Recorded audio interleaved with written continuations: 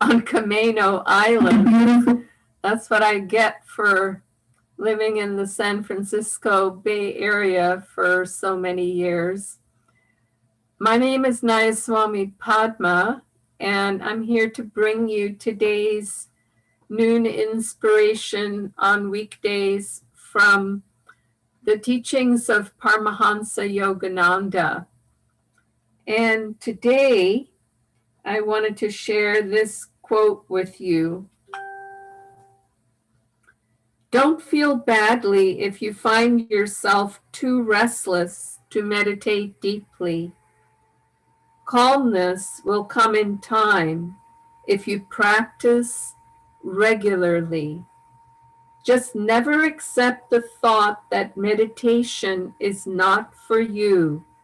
Remember, calmness is your eternal, true nature. This particular quote is dear to my heart.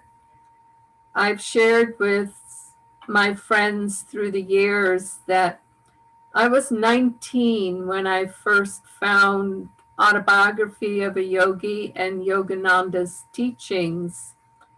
And within a very short time, still 19, I was told by an acquaintance about a direct disciple in the Sierra foothills trying to build a temple, and you could go up there and do work exchange and be on retreat.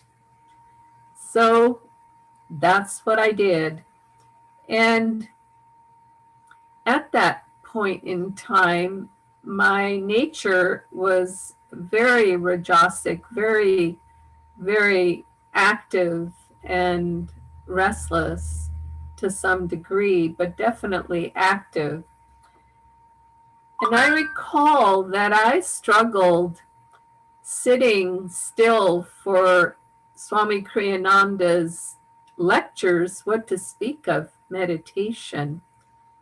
In those days, he rarely spoke for less than 2 hours straight. And I would volunteer to chop vegetables in the kitchen during his talk. And, low tech, the sound was piped in, so I could hear his talk and be standing and busy and in movement at the same time, because that's about all I could handle. And yet, by persistence, and that's the key word in this, persistence in attempts at meditation, practicing meditation, I found within a very short time, even that same year, and that was the summertime, being able to sit through the 8-hour Christmas meditation.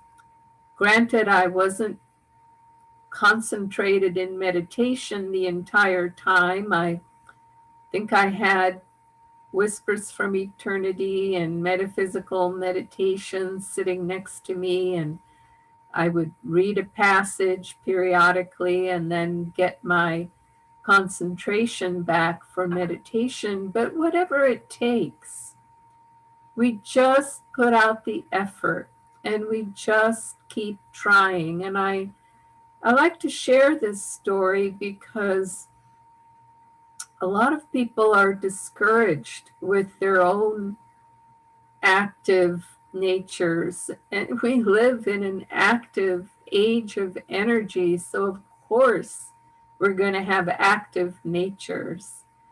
Not to be discouraged by that, and to know that that very energy that we have in our natures, in our DNA, you might say, will help us in our meditation in the long run, because concentrated meditation requires an enormous amount of energy. We just have to learn to redirect it. And the other example, the other illustration of this that I like to give is Yogananda's own, by his own words, his own foremost disciple in the West, Rajarsi Janakananda, really his foremost disciple anywhere. Rajarsi describes himself as not being able to sit still during Yogananda's talks when he was first introduced to him, when he first went to see him. He said his fingers were in constant motion as he was sitting there, his feet were tapping. And so you see, Yogananda explained that he achieved cosmic consciousness in that lifetime. Rajarsi Janakananda did.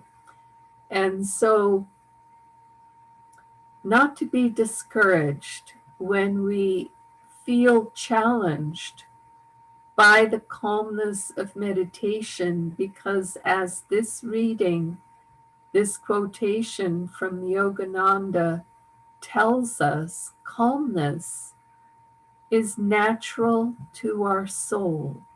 It is our soul nature. It is the ego that doesn't like to meditate. It is the soul who loves to meditate. We have that innate calmness within us. And when we experience the calmness of meditation, we are in touch with our own higher selves. Joy to you, and we'll see you again tomorrow at 12 o'clock. Blessings.